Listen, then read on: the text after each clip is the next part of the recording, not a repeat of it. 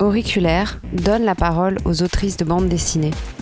Elles sont dessinatrices, scénaristes ou encore coloristes.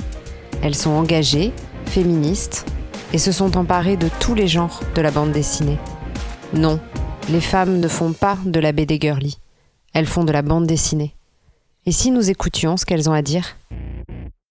Digli, dessinatrice, autrice de bande dessinée, mais aussi de romans. Elle a co-signé avec Ovidie en 2017 « Libre », un manifeste pour s'affranchir des diktats sexuels.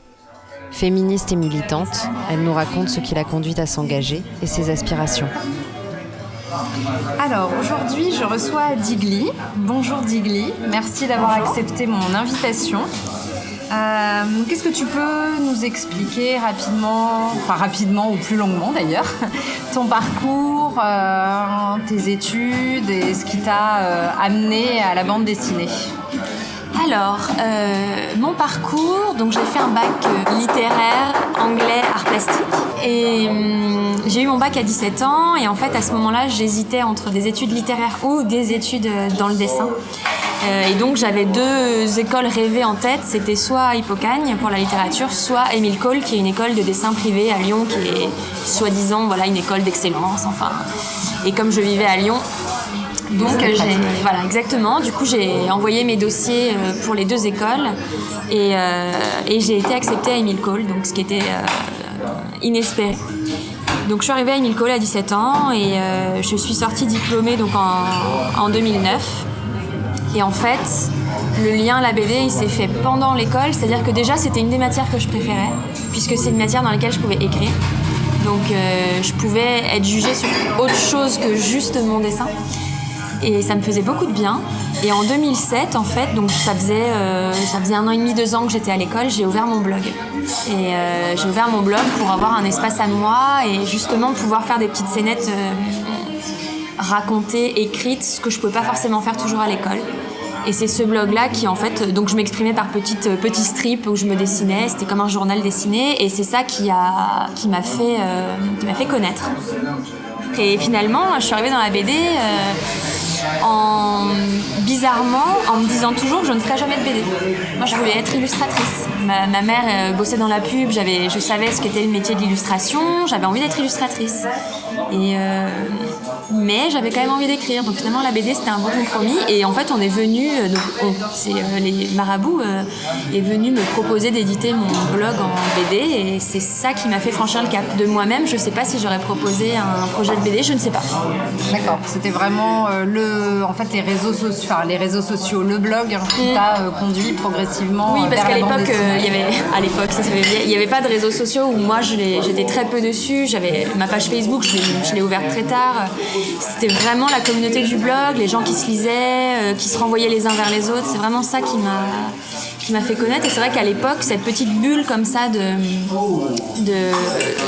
BD où je pouvais écrire et dessiner sans aucun stress, c'était parfait. Ouais.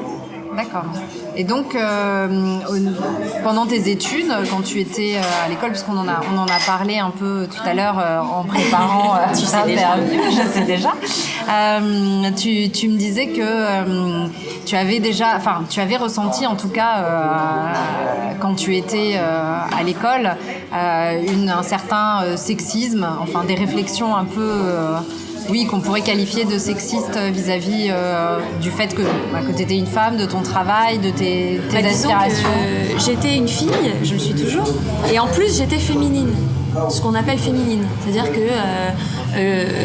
je crois que vers 19-20 ans, je me suis prise de passion pour les fringues, j'étais un peu toujours déguisée, quoi. J'étais quelqu'un qui aimait beaucoup c'était presque des costumes que j'enfilais le matin.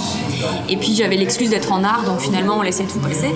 Mais quand j'ai commencé à ouvrir mon blog et donc à publier hyper régulièrement dessus, forcément ça s'est su un petit peu à l'école, j'ai commencé à être... les gens savaient à peu près ce que je faisais. Et c'était en tout cas, il y avait un regard très condescendant puisque je ne faisais pas du dessin compliqué, masculin, avec de la perspective, avec des décors complexes, avec des scènes de foule. Mon trait était extrêmement simple, sur fond blanc, avec essentiellement du personnage. Et en plus, je racontais de l'autobio. et en plus sous forme d'humour. Donc tout ça, c'était pas tellement reconnu à l'école, et je passais vite pour voilà, la petite écervelée qui aime la mode, qui raconte sa vie sur un blog. Et à l'époque, beaucoup de gens de ma classe, pas beaucoup, mais certaines personnes dans ma classe ont voulu ouvrir un blog en se disant ça a l'air facile, moi aussi je vais en faire un, bonne idée. Et puis ils ont tenu 2 semaines, et puis sous la charge de travail énorme qu'on avait à l'école, en fait ils se sont rendus compte que non, c'était pas facile, c'était un truc qui me prenait énormément de temps, quoi. C'était pas si simple que ça. Mais c'était en fait, pas si simple, mais ça paraissait simple, parce que le sujet était simple, c'était vraiment des choses légères, drôles, c'était pas du tout prise de tête, et puis le traitement était simple, donc ça paraissait simple, sauf que c'était hyper construit. Je passais des soirs entiers à écrire les chutes de mes petits gags, à les dessiner, à les poster. En plus j'avais pas internet, donc je les postais, je les mettais tous sur clé USB, je les postais pendant les pauses de 10h le matin, entre les cours, donc non, c'était vraiment une vraie organisation. C'était une organisation, mais voilà, il y avait une certaine condescendance du fait que j'étais assez à l'aise de jouer avec des codes dits féminins, et que j'essayais pas de me masculiniser, en fait. J'essayais pas de masculiniser mon trait, j'essayais pas de masculiniser mes vêtements, mon attitude, donc j'étais doublement coupable, quoi. Et tu parlais de sujets un peu légers, voilà, donc typiquement, entre guillemets, féminin. Je sais pas pourquoi on a associé la légèreté à la féminité. En fait, pour moi, je faisais de l'autobio. Ça fait longtemps. Voilà, donc c'était latent, hein. C'est pas quelque chose qu'on venait m'écrire sur le front, mais je sentais un peu de condescendance. Je le sentais évidemment du corps enseignant aussi. Quand j'ai proposé mon projet de diplôme pour la dernière année, c'était 2 projets BD. Donc un que j'ai finalement édité, qui était cette toute petite BD qui s'appelait À Renault, sur l'histoire d'amour de jeunesse de ma grande-tante dans les années 50. Et l'autre, c'était plus comme ce que j'ai fait après. C'était une BD autobio sur un couple, qui était moi et mon copain à l'époque. Mon copain et moi, si j'étais bien élevée. Et on n'a pas compris, je pense que le directeur ou certains profs, pas tous heureusement, m'ont un peu dit sans le dire, mais quel intérêt, enfin, qu'est-ce que tu vas raconter, qu'est-ce qu'on s'en fout en fait, quel est le but. Et quand j'avais 19 ans, j'avais été en rendez-vous avec le directeur de l'école, ce que je t'ai aussi raconté tout à l'heure. Et d'ailleurs c'est intéressant parce qu'en reparlant avec une amie, il m'avait convoqué parce que j'étais en couple à cette époque avec quelqu'un dans l'école. Et en fait, il est venu me convoquer pour me dire qu'à l'école, il voulait pas de couple parce que c'était pas un endroit pour forniquer, tels étaient ses mots, je pense. Moi, j'avais 19 ans, hein, donc déjà, je me suis fait toute seule, c'est-à-dire qu'il nous a pas convoqués tous les deux, il m'a convoqué moi pour me dire la petite écervelée là, si tu te mets des mecs dans la tête, tu vas pas réussir à travailler. C'était un peu le fond du rendez-vous. Donc déjà c'était hyper étrange. Et ensuite il m'a demandé ce que je voulais faire. Donc à ce moment-là, on n'avait pas précisé encore notre cursus. Et je lui dis je pense que j'aurais envie de faire de la BD. En tout cas ça me plaît, c'est les cours que je préfère. Et en fait il a ri. Donc c'est un homme qui avait à l'époque 70 ans, c'était le directeur, lui qui a monté son école, enfin, et il m'a vraiment rayonné, quoi. Il m'a dit mais quelle idée, faire de la BD, mais enfin ça va pas bien. Il m'a dit mais fais de l'illustration pour enfants, comme il a pas dit comme toutes les filles, mais c'est ce qui était sous-entendu, ou fais du dessin animé, mais fais pas de la BD, tu n'y arriveras jamais, il y aura que les 3 premiers de la classe qui y arriveront. Sous-entendu, je ne pouvais pas être dans les 3 premiers de la classe. J'ai fini 2e de ma promo et ça n'a rien changé, le regard n'a pas changé. Et maintenant que je suis sortie et que j'ai publié, évidemment le regard de l'école a changé. Mais quand j'y étais, j'ai senti quand même, si tu veux, c'est pour ça que je me suis jamais tellement sentie à ma place dans la BD, parce que j'ai toujours eu l'impression que c'était un concours de circonstances. Aujourd'hui, comment tu te sens dans la bande dessinée ? Alors, je vais pas te poser la question en tant que femme, parce que c'est bien que ce n'est pas un sujet, mais oui, comment tu te sens tout court dans la bande dessinée, et est-ce que tu as l'impression que le fait d'être une femme change la façon dont tu es perçue, ou tes rapports avec, que ce soit tes collègues hommes ou femmes d'ailleurs, ou les éditeurs, attachés de presse et tous les gens que tu côtoies ? Il y a plusieurs choses. Comment je me sens dans la BD ? Pas très bien. À vrai dire, c'est pas un domaine qui, je trouve, me ressemble. Je me sens pas tellement associée à ce milieu-là. D'ailleurs, j'ai plus envie de faire de BD, c'est ce que je te disais aussi. Je n'ai plus du tout de projet de BD, j'arrête la BD. Pour l'instant, j'arrête. Maintenant, dans le traitement qui a été fait là-dessus,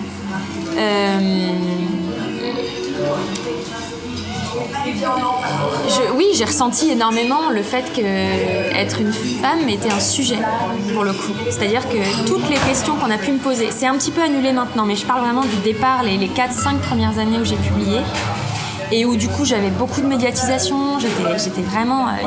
j'ai été un peu starifiée en quelques mois, on me voyait beaucoup, et en fait... les questions tournaient toujours autour du fait d'être une femme, mais sans que ce soit politisé, sans que ce soit dans un but féministe. C'était juste oh là là, une femme dans la BD, mais qu'est-ce que ça vous fait, comment vous êtes arrivée là? Et finalement, j'arrivais jamais à parler de mes albums. Quand on me posait des questions sur mes albums, on me demandait qui étaient mes lectrices.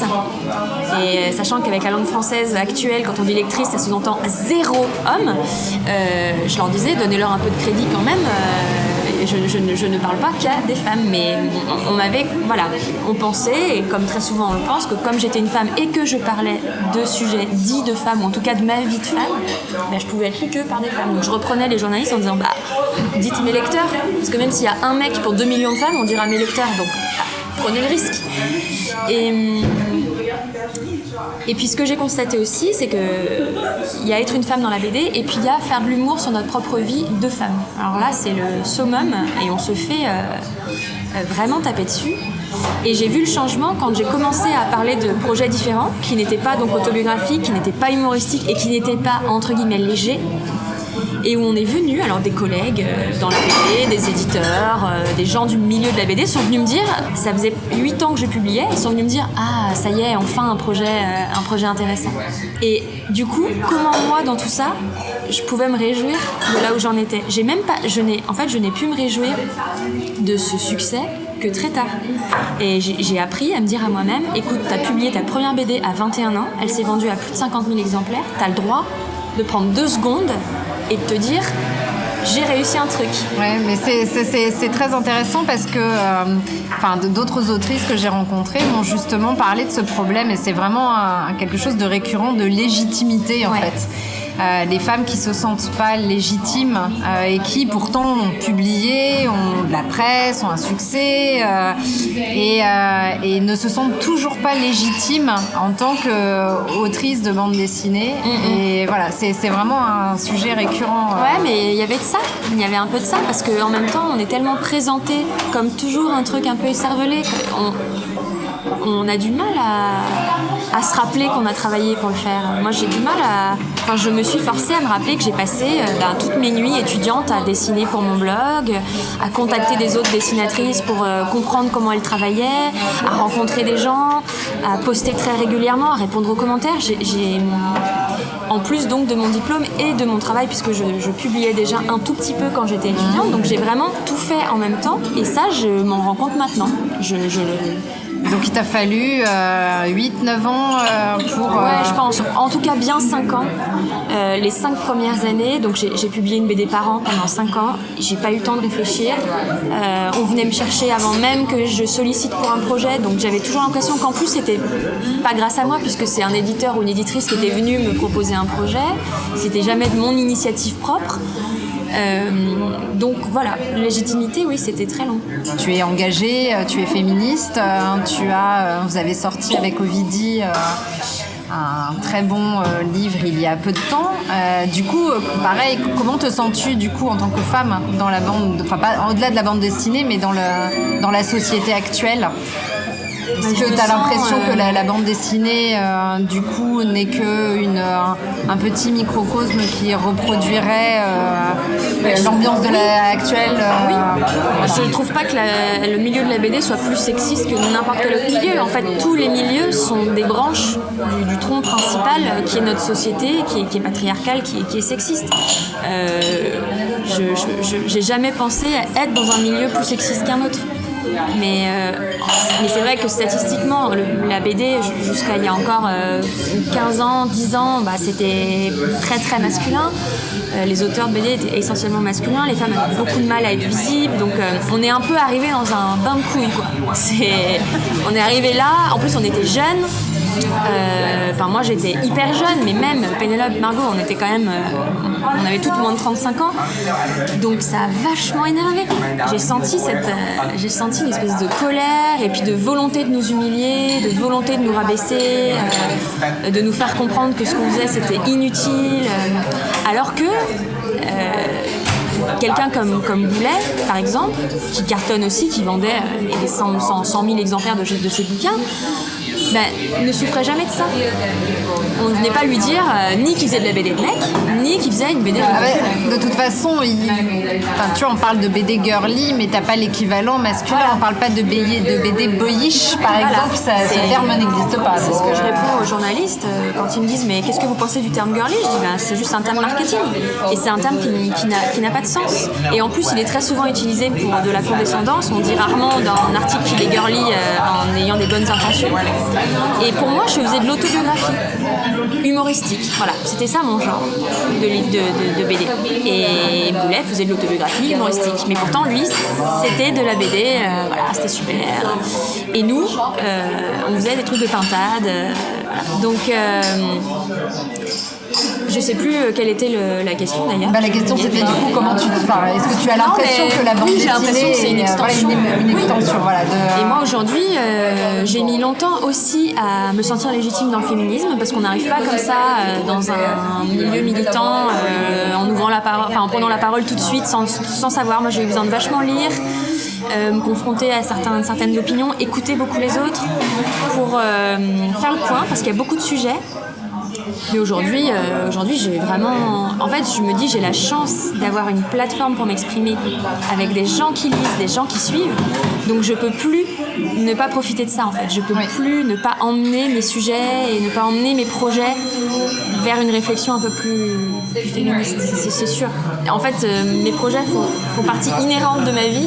Donc, forcément, en étant de plus en plus militante, mes projets le seront. Et puis, comme tu as une audience, tu es très active sur Instagram et oui, c'est vrai. Et les gens s'en demandent. Enfin, moi, je continue aussi dans cette voie parce que ça me fait du bien et parce que on est vraiment en échange avec la communauté. On échange beaucoup, on est vraiment en lien et il se passe plein de choses. On me pose des questions, on m'envoie des liens de choses, on m'en demande encore. Je fais pas ça toute seule dans mon coin. Voilà, c'est vraiment un truc où j'ai l'impression de construire je sais pas, comme un cocon rassurant où finalement on va toutes se solidariser les unes aux autres et j'ai envie de répandre plus de sororité. C'est ça que j'aimerais. D'accord. Et alors justement parce que tu parlais de Boulet, et alors si je te dis très féminin, très masculin, très haïté. Très haïté. Donc est-ce que pour toi, effectivement, une femme qui va dessiner ou un homme qui va dessiner ou une femme ou qu'une autrice, un auteur de bande dessinée ne vont pas faire la même chose parce que c'est une idée assez répandue et qui est portée aussi par certains auteurs. Oui, mais elle est démontable très très vite et d'ailleurs le collectif d'autrices contre le sexisme qu'on a BD Égalité. Non, pas BD Égalité, c'est le collectif d'autrices contre le sexisme dans la bande dessinée. On est plus de 200 dedans, dessinatrices de BD, à être dans ce groupe-là. Et elles font beaucoup de choses pendant Angoulême, mais il y a certaines membres qui sont très actives. Elles ont fait un test comme ça, elles ont publié, je sais pas, une quinzaine ou une vingtaine de planches en disant à votre avis, homme ou femme. Alors les gens disent là plutôt homme parce que c'est plus violent ou parce qu'il y a des scènes plus compliquées. Là c'est plutôt femme parce que c'est un peu introspection, c'est un peu sensible. Bon, il s'avère que c'était évidemment que des femmes et que les gens, en fait, mais je pense qu'il y a une réalité là-dedans. C'est comme tout, c'est comme dire les femmes conduisent moins bien que les hommes. Oui, mais si les chiffres le prouvent. Mais en fait, on est conditionné par une société qui nous fait penser qu'on a des aptitudes innées. En fait, c'est des aptitudes qui sont acquises. Mais donc effectivement, quand on regarde certaines statistiques, oui, peut-être que statistiquement, les femmes vont peut-être plus dessiner l'intime, peut-être qu'elles vont. Et je sais très bien dans les chiffres que c'est faux, mais on peut trouver les chiffres qu'on veut. Et quand bien même ce serait une réalité, ce serait tout simplement un résultat de notre société qui nous dit que les filles font ça, que les garçons font ça. Et juste, si je peux citer juste une expérience qui est géniale, c'est Catherine Vidal qui la citait pour montrer à quel point on est influencé très jeune. Il y avait juste une expérience dans des classes de CP, je crois, ou en tout cas de primaire. Et pour un même exercice, on a pris 2 classes mixtes. Et ce même exercice, dans la classe A, on leur a dit que c'était un exercice de géométrie.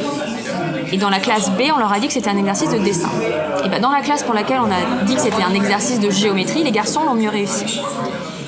Et quand on a dit que c'était un test de dessin, les résultats étaient finalement beaucoup plus mixtes. Et les filles réussissaient autant que les garçons.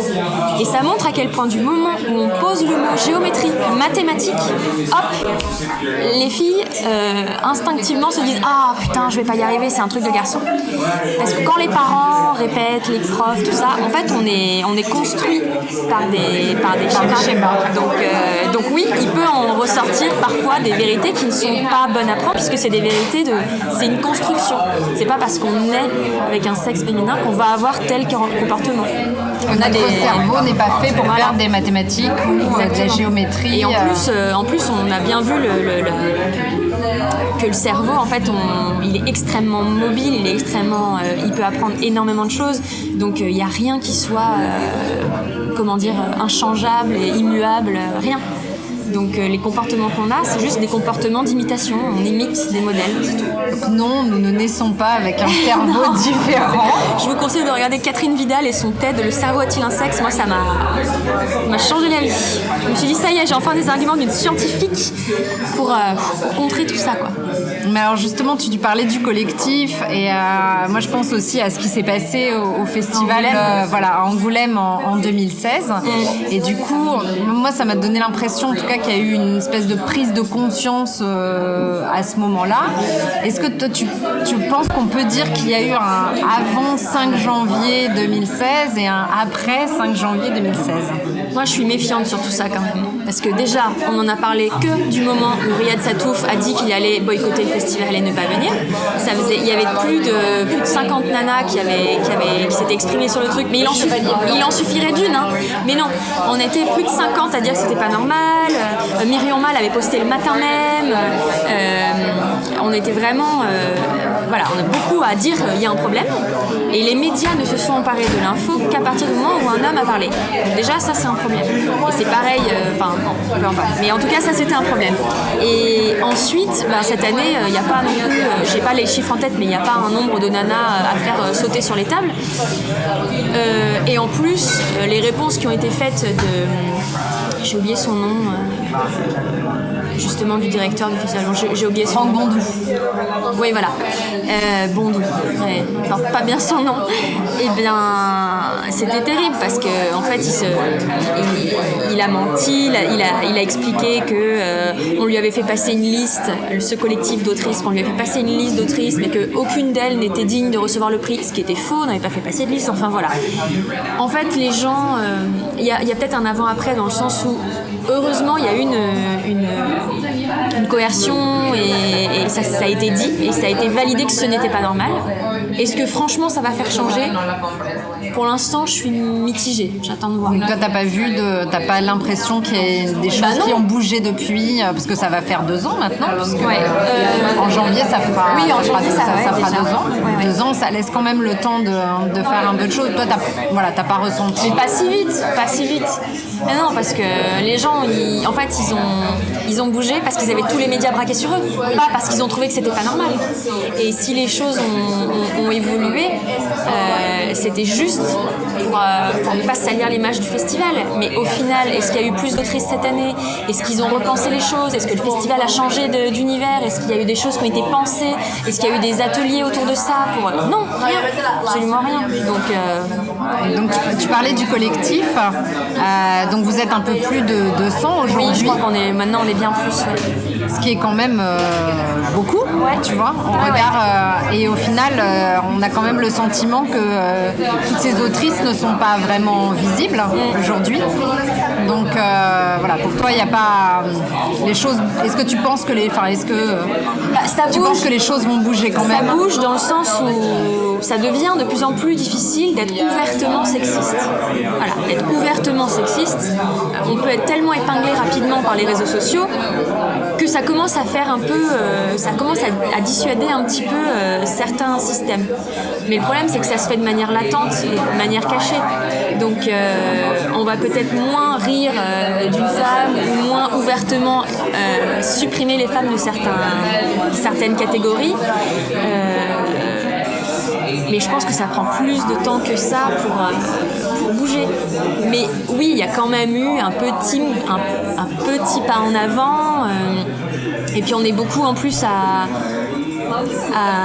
avoir changé de parole sur tout ça. Enfin, Pénélope aussi, elle fait des choses qui sont très ouvertement engagées aujourd'hui. Et on le fait, je pense, aujourd'hui avec beaucoup moins peut-être de honte. Vous vous sentez peut-être plus légitime aussi. On se sent plus légitime. On sait qu'on est de toute façon plusieurs. En plus, dans ce collectif, on a mis en place un système où on peut, entre nous, dénoncer des choses qu'on a vécues. Elles ont créé une page sur laquelle on a recensé plein de témoignages. On s'est posé la question d'est-ce qu'on devait dire ces noms entre nous pour se protéger les unes des autres. Donc il y a une vraie communauté et ça commence à prendre un petit peu de poids et à dissuader peut-être certaines pratiques, puisque derrière on a plus de 200 femmes prêtes à être en coalition pour agir.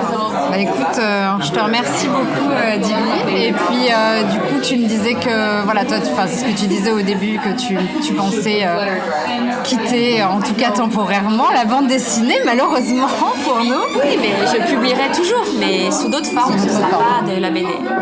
En tout cas, je te remercie beaucoup d'avoir accepté mon invitation, et puis voilà, j'espère avoir l'occasion de revoir tes dessins peut-être sous une autre forme ailleurs. J'espère aussi. Merci à toi. Voilà, c'est terminé pour aujourd'hui. Je vous propose de vous retrouver la semaine prochaine pour un nouvel épisode d'Auriculaire. En attendant, vous pouvez vous abonner au compte Instagram Auriculaire le podcast pour découvrir les interviews à venir. À très vite.